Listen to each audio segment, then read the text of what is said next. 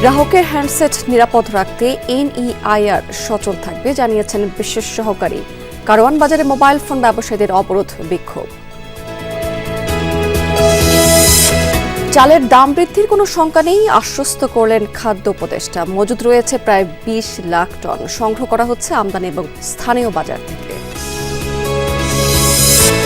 ভেনেজুয়েলার প্রেসিডেন্ট মাদুরোকে আটকের পর কমেছে জ্বালানি তেলের দর, প্রভাব পড়েনি ভূ রাজনৈতিক অনিশ্চয়তার। আমন্ত্রণ বিজনেস স্টোরিতে এতক্ষণ শিরোনাম দেখছিলেন, এবার চলে যাচ্ছি পুরো খবর এবং পুরো সময় জুড়ে আপনাদের সাথে থাকবো আমি রাবেয়া স্মৃতি। ব্যবসায়ীদের দাবি মেনে মোবাইল ফোন আমদানিতে যথেষ্ট শুল্ক কমানো হয়েছে, সুতরাং এনইআইআর বন্ধ করা হবে না। গ্রাহকের হ্যান্ডসেট নিরাপদ রাখতে এই পদ্ধতি সচল থাকবে। দুপুরে বিটিআরসি ভবন পরিদর্শন শেষে ব্রিফিংয়ে এই মন্তব্য করেছেন প্রধান উপদেষ্টার বিশেষ সহকারী ফয়েজ আহমেদ তৈয়ব। তিনি জানিয়েছেন বিটিআরসি ভবনে হামলাকারীদের বিচারের আওতায় আনা হবে। আরও জানিয়েছেন প্রতি বছর আমদানিকৃত সেটের অর্ধেকই শুল্ক ফাঁকি দিয়ে আসছে, যার বড় অংশই নকল এবং পুরনো সেট, যেগুলোর কেসিং পরিবর্তন করে গ্রাহকের কাছে নতুন হিসেবে বিক্রি করা হয়। এই অবস্থা আর চলতে দেওয়া হবে না। বিদেশ থেকে পুরনো ফোন কয়েক ডলারে কিনে এনে নতুন হিসাবে কেসিং পরিবর্তন করে স্ক্রিন পরিবর্তন করে চীন থেকে বা ইন্ডিয়া থেকে বক্স অর্ডার দিয়ে এনে যে বিক্রির জালিয়াতি, এই জালিয়াতিটাকে আমরা আমাদের মানুষকে মুক্ত করতে চাই। এনইআইআর কার্যক্রম স্থগিত করার দাবিতে মোবাইল ব্যবসায়ীদের বিক্ষোভ ছত্রভঙ্গ করে দিয়েছে আইন শৃঙ্খলা রক্ষাকারী বাহিনী। এই সময় লাঠিচার্জ, জল কামান, টিয়ার শেল নিক্ষেপ করে পুলিশ। এ সময় ধাওয়া পাল্টা ধাওয়া চলে সেখানে। এখন পরিস্থিতি নিয়ন্ত্রণে রয়েছে। সকাল 11:30টার দিকে রাজধানীর কারওয়ান বাজারে মোড়ে জড়ো হয়ে সড়কে অবস্থান নেন ব্যবসায়ীরা। এ সময় যান চলাচল সেখানে ব্যাহত হয়। National equipment identity registrar NEIR কার্যক্রম চালুর প্রতিবাদে বিক্ষোভ করেছিলেন তারা। এই কার্যক্রম বন্ধের দাবিতে বিভিন্ন স্লোগানও দিয়েছেন ব্যবসায়ীরা। পরিস্থিতি নিয়ন্ত্রণে আনতে দুপুর 12টার দিকে আইন শৃঙ্খলা রক্ষাকারী বাহিনী লাঠিচার্জ শুরু করলে ধাওয়া পাল্টা ধাওয়ার ঘটনা ঘটে। ব্যবসায়ীদের দাবি এনইআইআর কার্যক্রম চালু হলে তারা ক্ষতির মুখে পড়বেন। ফোনে আড়ি পাতার জন্য সংশোধিত টেলিযোগাযোগ অধ্যাদেশে সংযুক্ত করা হয়েছে নতুন বিধান। লাইসেন্স প্রদানের ক্ষেত্রে সংকুচিত করা হয়েছে নিয়ন্ত্রক সংস্থার ক্ষমতা। বাতিল করা হয়েছে টেলিকম খাতের বেশ কিছু বিতর্কিত বিধিবিধান। এখন ইন্টারনেট সেবাকে মৌলিক অধিকার হিসেবে স্বীকৃতির দাবি জানিয়েছেন প্রযুক্তিবিদরা। নিয়ন্ত্রক সংস্থার স্বায়ত্তশাসন কমানোর সমালোচনা করেছেন তারা। বিলুপ্ত করা হয়েছে বহু সমালোচিত national telecommunications monitoring centre NTMC. এর বদলে আড়িপাতা তদারকির জন্য centre for information support CIS গঠনের বিধান যুক্ত হয়েছে সংশোধিত টেলিযোগাযোগ অধ্যাদেশে। রাষ্ট্রের প্রয়োজনে আধাবিচারিক কাউন্সিলের অনুমতি সাপেক্ষে আড়িপাতা কার্যক্রম চালাতে পারবে সিআইএস। প্রযুক্তিবিদদের অভিমত, রাষ্ট্রীয় প্রয়োজনে আড়িপাতার সুযোগ রাখা হলেও প্রক্রিয়াটিকে জটিল ও দীর্ঘসূত্রতার বেড়াজালে ফেলা হয়েছে। আড়িপাতা দরকার হইতেই পারে দেশের স্বার্থে, দেশের কারণে। একই কথা, কাদের ফোনে আড়িপাতা যাবে, that should be specific guideline. আড়িপাতা আপনি যদি এটা যদি আপনি কি বলা যায়, একটা নিয়মের মধ্যে নিয়ে যেতে চান, যে অমুকের পারমিশন লাগবে, 10টা টেবিলে যাইতে হবে, তাইলে আসলে it is pretty tough to work with. মানে আড়িপাতা নিয়ে যারা কাজ করছে তারা আসলে কাজই করতে পারবে না, তারা দরকারের সময় আসলে আড়ি পাততে পারবে না, তাতে দেশের সার্বভৌমত্ব বিপন্ন হইতে পারে। অধ্যাদেশে ইন্টারনেট বা টেলিযোগাযোগ সেবা কখনোই বন্ধ করা যাবে না এমন বিধান রাখা হয়েছে। বিশ্লেষকরা বলছেন, নিরবচ্ছিন্ন সেবা চালু রাখতে ইন্টারনেটকে মৌলিক অধিকারের স্বীকৃতি দেওয়া দরকার। যখন ইন্টারনেট বন্ধ করে দিয়েছিল 24শে জুলাইতে, তখন তারা কি বলেছে? তারা কিন্তু বলে না ইন্টারনেট বন্ধ করেছে, যদিও প্রথমে বলেছিল, পরে বলছে কি যে ফাইবার অপটিক কেটে গেছে, আগুন লেগে পুড়ে গেছে। তো এই ধরনের এক্সকিউজ তো দেওয়া যেতেই পারে, কিন্তু সেইটা যাতে না করা যায় এই জন্য এটাকে মৌলিক অধিকার হিসাবে আমার মনে হয় ডিক্লেয়ার করতে হবে। প্রযুক্তিবিদরা মনে করেন অধ্যাদেশে টেলিযোগাযোগ খাতের গুরুত্বপূর্ণ লাইসেন্স প্রদানের ক্ষেত্রে ক্ষমতা খর্ব করা হয়েছে নিয়ন্ত্রক সংস্থা বিটিআরসি। একই অভিমত বিটিআরসি চেয়ারম্যানেরও। জবাব দিতে হবে কোথায়? জবাব দিতে হবে আমি পলিসি, নীতিমালা, গাইডলাইনের আলোকে একটা কাজ করলাম কি করলাম না, এইটা যাচাই করা হচ্ছে জবাবদিহিতা। কিন্তু আমার ডিসিশন মেকিং সাইকেলের ভিতরে যখন বলা হয় যে প্রত্যেকটা জিনিস আমাকে পূর্ব অনুমোদন নিতে হবে, পলিসিতে বলে দেওয়া হয়েছে, তারপর পূর্ব অনুমোদন নিতে হবে, তখন এটা হয়ে যায় নিয়ন্ত্রণ। যেখানে সব জায়গাতেই আমলারা তাদের যতটুক কাজ করার কথা তার থেকে বেশি তারা ক্ষমতা চাচ্ছে। তো আমি মনে করি এটা এখনও সময় আছে। সরকার এবং আগামী নতুন যে সরকার আসবে, নির্বাচিত সরকার, তারা এখানে একটা ব্যালেন্স করার চেষ্টা হবে। কেননা যদি আমরা শুধুমাত্র আমলাদের উপরে এই পুরো ক্ষমতাটা দিয়ে দিই, তাহলে এখানে আসলে অনেক অপব্যবহার হবে। সংশোধনীতে সময় কমানো হয়েছে লাইসেন্সের আবেদন থেকে সিদ্ধান্ত নেওয়া পর্যন্ত। এটি টেলিযোগাযোগ খাতকে বিনিয়োগ বান্ধব করবে বলে আশা মন্ত্রণালয়ের। মাসুদুজ্জামান রবিন, যমুনা নিউজ, ঢাকা। এবার চালের বাজার প্রসঙ্গ। বাজারে চালের দাম স্থিতিশীল, দাম বৃদ্ধির কোনো শঙ্কা নেই, এমনটাই জানিয়েছেন খাদ্য উপদেষ্টা আলী ইমাম মজুমদার। সকালে সচিবালয়ে নিজ দফতরে সাংবাদিকদের তিনি এসব কথা বলেছেন প্রায় 20 লাখ টন চাল মজুত রয়েছে এখন।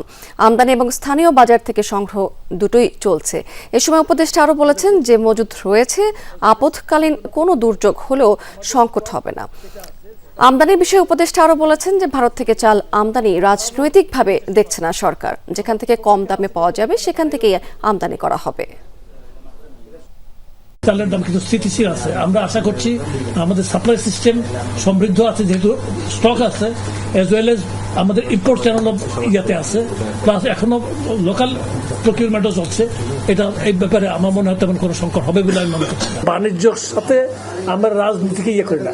ভারত থেকে চালটা আমরা আমদানি করি, বাজারটা কিন্তু ক্রেতা এবং বিক্রেতা উভয়ের প্রয়োজন হয়। যুক্তরাষ্ট্র মাদুরোকে আটকের পর বিশ্ববাজারে তেলের দাম বৃদ্ধির আশঙ্কা করা হলেও তাতে উল্টো দর পতন দেখা গেছে। oilprice.com-এর তথ্যানুসারে শনিবার ব্রুন্টো কোম্পানির অপরিশোধিত তেলের দাম 0.16% কমে ব্যারেল প্রতি $60.75 নেমে এসেছে। একই সাথে 0.17% কমে WTI ক্রুড তেলের দাম $57.32 হয়েছে। এর বাইরে অন্যান্য ক্রুড ব্র্যান্ডের তেলের দামও কিন্তু কমেছে।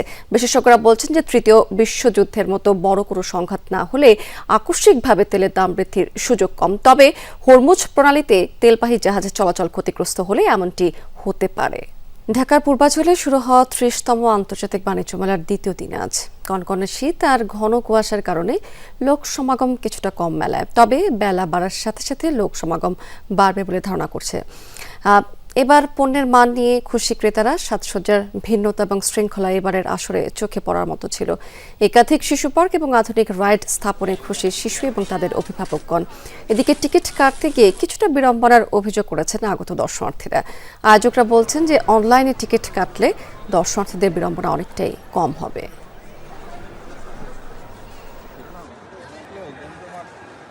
কয়েকবার এবার বাইরের গেটআপটা অনেক সুন্দর ছিল। আমি আমার বাবার সঙ্গে এসেছি, আর আমি এখানে কেনাকাটাও করতে এসেছি, রাইডে উঠতে এসেছি। আশা করি দিন যত গড়াবে দর্শনার্থীর সংখ্যাটা বাড়বে। বহুমুখী সংকটে দেশের একমাত্র রাষ্ট্রায়ত্ত কাগজ কল কর্ণফুলী পেপার মিল। একসময় যে মিল ছিল পাহাড়ের অর্থনীতির চালিকা শক্তি, আজ তা অব্যবস্থাপনা আর লোকসানে জর্জরিত। ব্যাহত হচ্ছে উৎপাদন ব্যবস্থা, অনিশ্চয়তায় দিন কাটছে শ্রমিকদের। মিল পুনরুজ্জীবিত করতে 28,000 কোটি টাকার প্রকল্প প্রস্তাব মন্ত্রণালয়ে ফাইলবন্দী রয়েছে। রাঙামাটির কাপ্তাই উপজেলার চন্দ্রঘোনায় 1953 সালে যাত্রা শুরু হয় কর্ণফুলী পেপার মিলের, যেটি একসময় দেশের কাগজের চাহিদার বড় অংশ পূরণ করত। কিন্তু সময়ের সাথে সাথে যন্ত্রপাতি ও কাঁচামালের সংকট আর অব্যবস্থাপনায় ধুঁকছে প্রতিষ্ঠানটি। বর্তমানে মিলের উৎপাদন সক্ষমতার চেয়ে অনেক কম, পর্যাপ্ত বাঁশ ও কাঁচামালের অভাব, আধুনিকায়নের ঘাটতি এবং দীর্ঘদিনের লোকসানে জর্জরিত এই মিল, যার প্রভাব পড়েছে শ্রমিক কর্মচারীদের জীবন জীবিকায়। কিছুদিন চলে, কিছুদিন বন্ধ থাকে, মাল সরবরাহ কম, মাল অভাবে বেশি বন্ধ থাকে। ডিবেট আছে, সেকশন আছে, ওই সেকশনগুলি বন্ধ। ওই ডিবেটগুলো যদি চালু করা হয় তাহলে আমাদের মিলটা আগের মতো আগের সাপেক্ষে ফিরে আসবে। আবার আমাদের লোকজনও এখন সংকট। কর্ণফুলী পেপার মিল ঘিরেই আবর্তিত হতো চন্দ্রঘোনার অর্থনীতি, কিন্তু উৎপাদন কমে যাওয়ায় স্থানীয় ব্যবসা বাণিজ্য ও কর্মসংস্থানও সংকুচিত। আজকে 20-25 বছর দক্ষ কারিগর হিসেবে কাজ করতেছি, আর বাইরে থেকে নিয়োগ দিই, এখানে পার্মানেন্ট করতেছে, স্থায়ীভাবে নিয়োগ করতেছে, আমাদের কোনো মূল্যায়ন করতেছে না, ঠিকমতো আমাদেরকে মূল্যায়ন করতেছে না। অন্যান্য মিল থেকে এখানে আনি নিয়োগ দিতেছে। সরকারি পৃষ্ঠপোষকতা ও বিনিয়োগ বাড়ানো গেলে এটি এখনও লাভজনক হতে পারে বলছেন সংশ্লিষ্টরা। এরই মধ্যে কাগজ কলটি পুনরুজ্জীবিত করতে 28,000 কোটি টাকার একটি প্রকল্প প্রস্তাব মন্ত্রণালয়ে প্রক্রিয়াধীন। 2000 সাল পর্যন্ত এই প্রোডাকশন ইয়াটা ঠিক ছিল। 2000 সালের পর থেকে এটা ক্রমান্বয়ে ডিক্লাইন করছে। ডিক্লাইন করার কারণ হচ্ছে যে আমার পার্শিয়াল বিএমআরই যেভাবে রিনোভেশন করার দরকার ছিল সেভাবে আমরা রিনোভেট করতে পারি না। সে কারণে প্রোডাকশন কাপটা গ্রাজুয়ালি ডাউনওয়ার্ড হয়েছে। আল আমিন শিকদার, যমুনা নিউজ। দর্শক, এবার জানিয়ে দেবো আপনাদেরকে আজকের পুঁজিবাজার লেনদেনের লাস্ট আপডেট। আজকে কিন্তু আমরা সকাল থেকে ঊর্ধ্বমুখী প্রবণতা দেখতে পাচ্ছি পুঁজিবাজারে। ঢাকা এবং চট্টগ্রাম শেয়ার বাজারের সূচকে কিন্তু আজকে এক ধরনের উত্থান দেখতে পাচ্ছি এবং সেই সাথে আজকে দিন শেষেও বেশিরভাগ প্রতিষ্ঠানের শেয়ারের দাম কিন্তু বেড়েছে।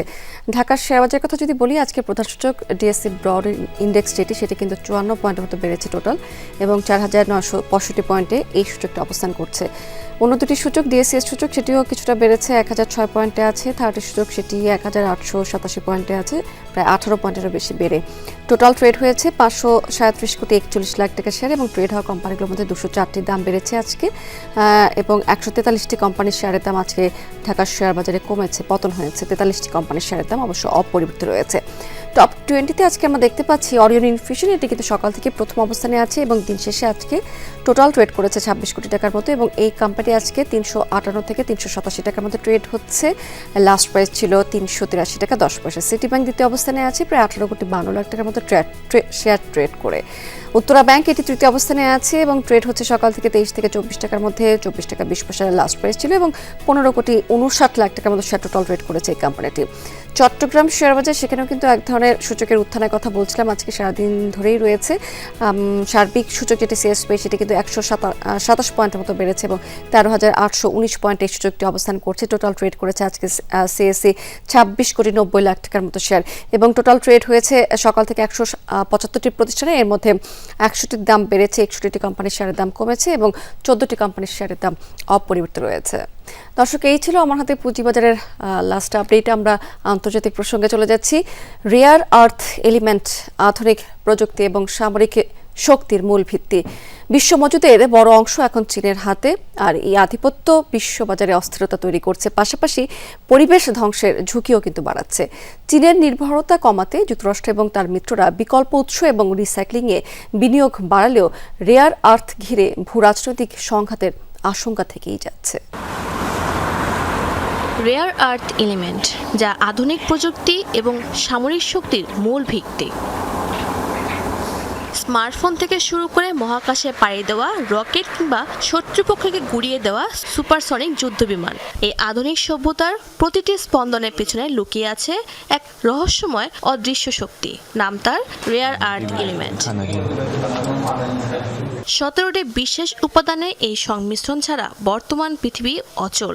স্মার্টফোনের উজ্জ্বল ডিসপ্লে থেকে উন্নত লেন্স কিংবা প্রসেসরের অতি দ্রুত গতি, সবই সম্ভব হচ্ছে এই খনিজগুলোর জাদুকরি গুণে। কিন্তু সমস্যাটা অন্য জায়গায়। যখন আধুনিক সভ্যতার এই মূল চাবিকাঠি কেবল একটি দেশের হাতেই বন্দী থাকে, তখন তা আর সাধারণ সম্পদ থাকে না, হয়ে ওঠে এক মরণঘাতী বৈশ্বিক অস্ত্র। বিশ্বের মোট মজুদের 40% চীনের হাতে, তবে আসল কারিশমা পরিশোধনে। বিরল এই খনিজ প্রক্রিয়াকরণের 90%ই নিয়ন্ত্রণ করে বেইজিং, আর এই একচেটি আধিপত্যকে ঢাল হিসেবে ব্যবহার করে খোদ যুক্তরাষ্ট্রকেও মাঝে মধ্যে থমকে দিচ্ছে চীন। 2025 সালের এপ্রিল, রপ্তানিতে বেজিংয়ের লাল বাতি জ্বলতেই অস্থির হয়ে ওঠে বিশ্ববাজার। জাপান, দক্ষিণ কোরিয়া থেকে জার্মানি, প্রযুক্তি বিশ্বের রথী মহারথীরা যেন দিশেহারা। বাদ যায়নি ভারতও। মোদির ন্যাশনাল ক্রিটিক্যাল মিনারেলস মিশন চললেও চীনের উপর নির্ভরশীলতা ভারতের অটোমোবাইল ও ইভি সেক্টরে বড় ক্ষত তৈরি করেছে। তবে এই চকচকে খনিজের আড়ালে আছে এক অন্ধকার অধ্যায়। এর উত্তোলনে তৈরি হয় ভয়াবহ তেজস্ক্রিয় বর্জ্য। প্রকৃতিকে ধ্বংস করে চীন হয়তো বাজার দখল করেছে, কিন্তু পরিবেশবিদরা বলছেন এই বিষাক্ত ঋণ শোধ করতে হবে পুরো মানব জাতিকে। শুরু হয়েছে এক নতুন স্নায়ুযুদ্ধ। এক পক্ষে চীন, অন্য পক্ষে যুক্তরাষ্ট্র, ইউরোপ, অস্ট্রেলিয়া। বিকল্প খনি আর রিসাইক্লিং প্রযুক্তিতে $100 কোটি ঢালছে পশ্চিমারা। লক্ষ্য একটাই, চীনের জীবনীদশা থেকে মুক্তি। আপাতত পরিস্থিতি কিছুটা শান্ত, কিন্তু ময়দানে যখন ট্রাম্প আর শি জিনপিং, তখন পরবর্তী ফ্ল্যাশ পয়েন্ট ঠিক কবে তা এখন কেবল সময়ের অপেক্ষা। শাহজিন অন্তরা, যমুনা নিউজ। দর্শক, এই ছিল বিজনেস টুডে এখনকার আয়োজনে। এতক্ষণ সঙ্গে থাকার জন্য ধন্যবাদ আপনাদের সবাইকে।